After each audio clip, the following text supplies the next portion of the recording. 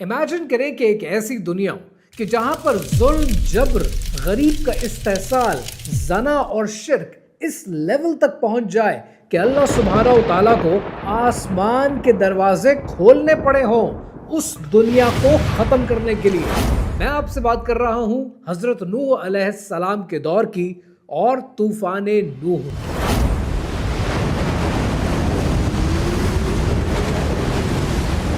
اللہ سبحانہ و تعالیٰ نے قرآن مجید میں ارشاد فرمایا تو ہم نے آسمان کے دروازے خوب گرجنے والے پانی سے کھول دیے۔ اب اگر طوفان نوح کے وقت اللہ سبحانہ و تعالیٰ کو اس دنیا کو تباہ کرنا تھا، اس کو ایک ری سٹارٹ دینا تھا، ہر چیز کو وائپ آؤٹ کرنا تھا، تو بارش بھی کی جا سکتی تھی، سمندروں میں طوفان بھی لایا جا سکتا تھا، لیکن لٹرل ورڈز کے اندر اللہ سبحانہ و تعالیٰ نے کتنے کلیئر الفاظ میں بتایا کہ میں نے آسمان کے دروازے کھولے۔ یعنی آج سوال یہ بنتا ہے کہ حضرت نوح علیہ السلام کے دور میں وہاں کے لوگ اور ان کی قوم ایسا کیا کر رہے تھے کہ انہیں وائپ آؤٹ کرنے کے لیے، ان کے کفر کو، ان کے جبر کو ختم کرنے کے لیے آسمان کے دروازے کھولنے پڑے؟ اور کیا جو کچھ وہ کر رہے تھے آج ہماری دنیا میں ہو رہا ہے؟ یہ بالکل نہیں۔ اور اگر ہو رہا ہے تو اس گلوبل ایجنڈا کے اندر ہماری پوزیشن، ہماری سٹینڈنگ کیا ہے؟ اور ایسا کیا ہوا کہ یہ سب کچھ وائپ آؤٹ کرنے کے بعد ایک بار پھر حضرت نوح علیہ السلام کے اس طوفان کے بعد پھر شرک کا آغاز ہوا؟ کہانی کیا ہے؟ آئیے سمجھتے ہیں۔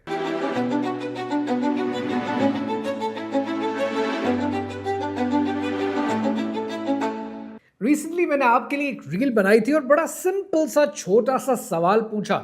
اس سوال کو آپ آج بھی سوچنا چاہیں، اس ویڈیو کو پاز کر کے اس کا جواب کامنٹ میں لکھنا چاہیں تو آج بھی یہ سوال آپ کے لیے اوپن ہے۔ سوال بڑا سمپل سا ہے۔ اگر میں آپ سے یہ پوچھوں کہ آپ کی نظر میں یہ دنیا کتنی پرانی ہے؟ کچھ کا خیال ہوگا 10,000 سال پہلے، کچھ کا 20,000، کچھ کہیں گے 1,00,000 سال پہلے، کچھ یہ کہیں گے کہ کیونکہ سائنس کہتی ہے کہ یہ دنیا 4 ارب سال پرانی ہے اور یہ کائنات، یہ یونیورس 18 ارب سال پرانی ہے، تو ہمارا یہ ماننا ہے کہ یہ دنیا 4 ارب سال پرانی ہے۔ آپ کے پاس مختلف جواب آئیں گے۔ اس وقت آپ کے ذہن میں جو جواب ہے، پاز دا ویڈیو، کامنٹ میں جائیں اور اس کا جواب لکھ لیں، اور جب ایک دفعہ لکھ چکے ہو then let's continue with this video۔ میں نے اس ریل میں آپ سے جب یہ سوال پوچھا تو ساتھ آپ کو یہ بھی بتایا کہ اسلامک کیلنڈر کے مطابق ہم ہجرت سے اپنے سال کیلکولیٹ کرتے ہیں کہ 1400 سال اگر گزر چکے ہیں تو ہم ہجرت سے کیلکولیٹ کرتے ہیں۔ کرسچن کیلنڈر کے اندر یہ حضرت عیسیٰ علیہ السلام سے اپنے سال کیلکولیٹ کرتے ہیں۔ لیکن کیا آپ کو یہ پتہ ہے جوئش کیلنڈر کے مطابق آج 5786 چل رہا ہے، اور 5786 یہ 3000 سال پہلے کیلنڈر بنانا شروع کیا، لیکن یہ جو 5785 یا 86 سال گزر چکے ہیں، یہ آپ جانتے ہیں کہاں سے لیے جاتے ہیں؟ This starts from the beginning of the world۔ آج سائنس کے نام پر آپ کو نئی نئی تھیوریز پکڑائی جاتی ہیں، rather I should say science کے نام پر نہیں، سائنٹزم کے نام پر۔ اور ریڈیو کاربن میٹرنگ کا جو سسٹم ہے وہ خود سے کتنا فلاڈ ہے اس پر میں نہیں، اس پہ دنیا جہان کے سائنٹسٹ بات کر رہے ہیں۔ اس لیے آج آپ کو تو تھیوریز پکڑائی جاتی ہیں، لیکن یہ دنیا جتنی پرانی آپ کو بتائی جاتی ہے اتنی پرانی یہ دنیا نہیں ہے۔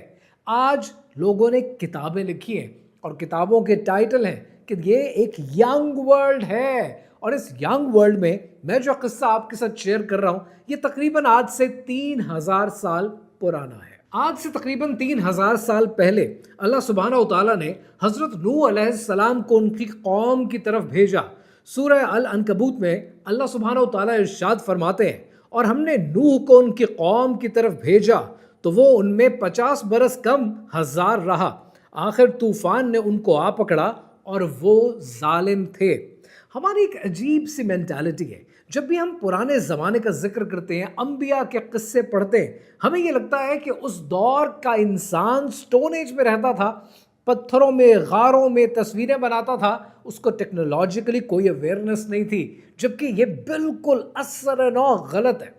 جتنا گلوبل ریسیٹ ہو چکا ہے، اور اس سیریز میں انشاءاللہ آگے چل کر ایک ریسیٹ جو ہو چکا ہے وہ بھی بتاؤں گا، اور جو ہونے والا ہے اس کا ذکر بھی آپ کے ساتھ کروں گا، لیکن جتنے ریسیٹ ہو چکے ہیں کہ ہمیں بھلا دیتے ہیں کہ پچھلے زمانے کا انسان ٹیکنالوجیکلی ہم سے زیادہ ساؤنڈ تھا۔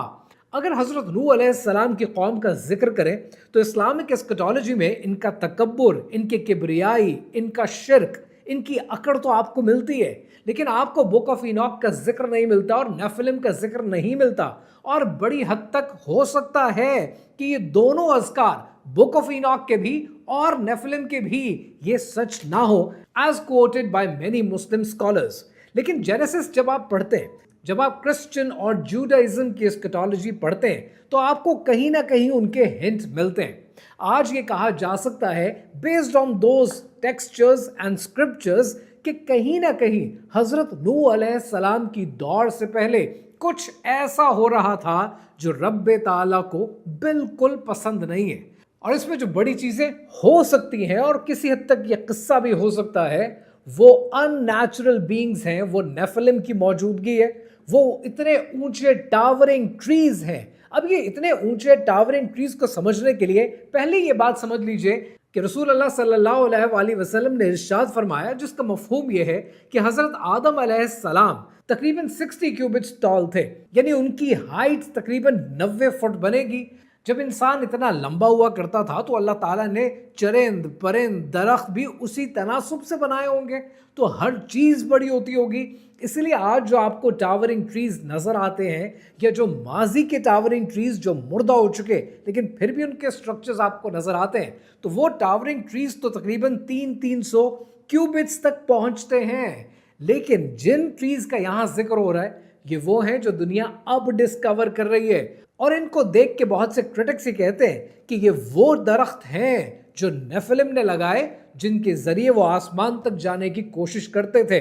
اب یہ ٹاورنگ ٹریز کا کانسیپٹ آپ کو تب سمجھ میں آئے گا کہ جب نمرود کے اس ٹاور کو، اس مینار کو آپ پڑھنے کی کوشش کریں گے کہ جس کے ذریعے وہ آسمان تک جانا چاہتا تھا۔ حضرت نوح علیہ السلام کے قوم میں زنا، ظلم، آخرت کا انکار جیسی برائیاں تو تھیں، لیکن یہ قوم جینیٹک ماڈیفیکیشن میں، جینیٹک ٹیمپرنگ میں اور میوٹیشن میں بھی پڑی ہوئی تھی۔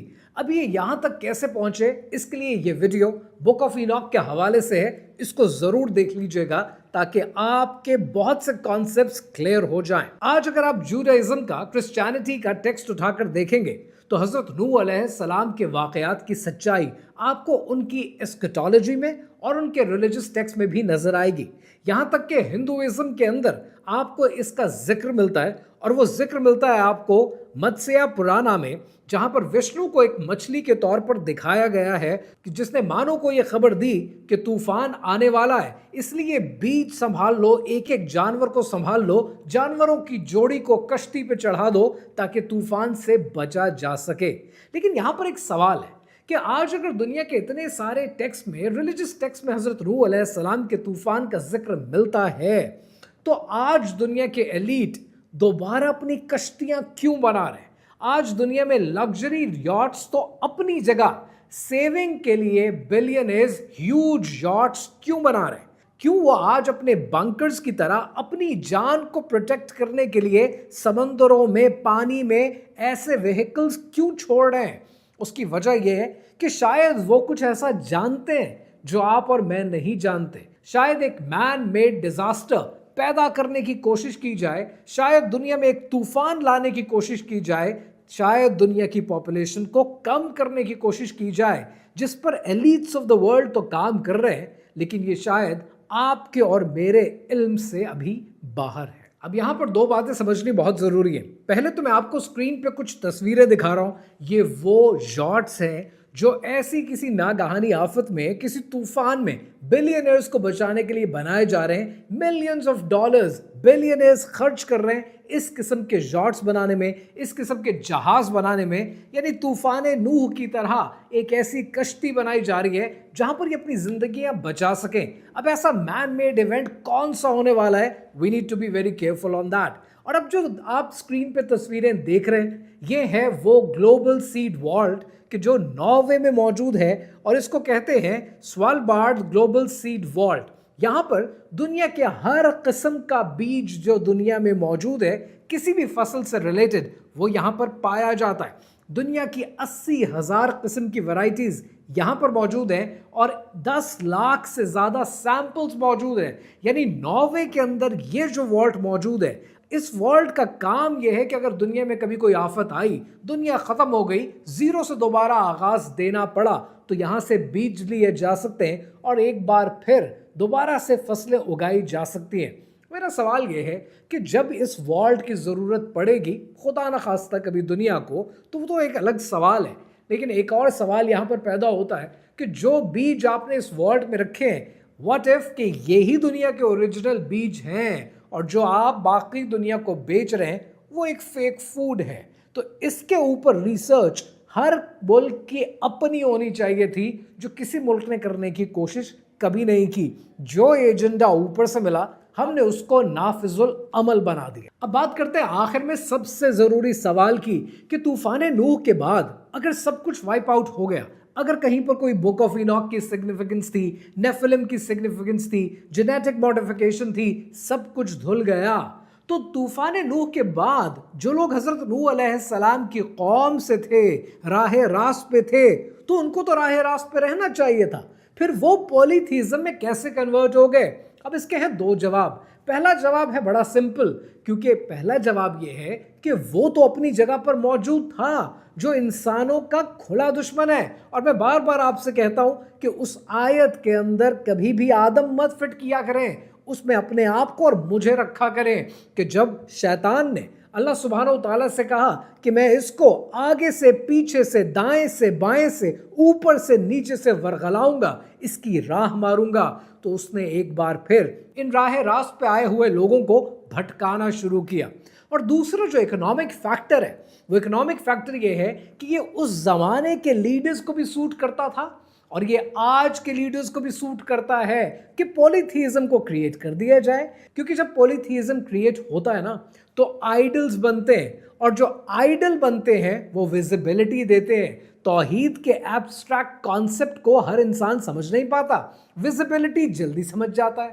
دوسرا، جب پولیتھیزم کریٹ کیا جاتا ہے تو ریچولز اور فیسٹیولز بنتے ہیں. یہ ریچولز اور فیسٹیولز یونٹی پیدا کرتے ہیں اور کمیونٹی پیدا کرتے ہیں، اور ساتھ ہی ساتھ پریسٹ کی جاب کریٹ ہوتی ہیں، اور ان جابز کی وجہ سے، پریسٹ کی وجہ سے ٹریڈ اور اکنامک کنٹرول پریسٹ کے ہاتھ میں آ جاتا ہے. جتنی زیادہ پولیتھیزم کی فریگمنٹیشن ہوگی، ڈیووشن اتنی بڑھے گی، اور جتنی ڈیووشن بڑھے گی اتنا لوگوں کو کنٹرول کرنا آسان ہو جائے گا. شاید اسی لیے اقبال نے کہا تھا کہ مست رکھو ذکر و فکر صبح گاہی میں اسے، مست رکھو ذکر و فکر صبح گاہی میں اسے، پختہ تر کر دو نظام خانقاہی میں اسے. اور جب حضرت نوح علیہ السلام کے دور کے کئی بعد آپ حضرت ابراہیم علیہ السلام کے دور کو سمجھنے کی کوشش کرتے ہیں، نمرود کے سحر کو سمجھنے کی کوشش کرتے ہیں، وہاں پر بڑا ضروری ہو جاتا ہے ان دو کو ڈسکس کرنا کہ جن کا ذکر اللہ سبحانہ و تعالیٰ نے قرآن مجید میں کیا ہے جادو کے حوالے سے. اور وہ کہانی ہے ہاروت اور ماروت کی کہانی، اور وہ کہانی ابھی باقی ہے.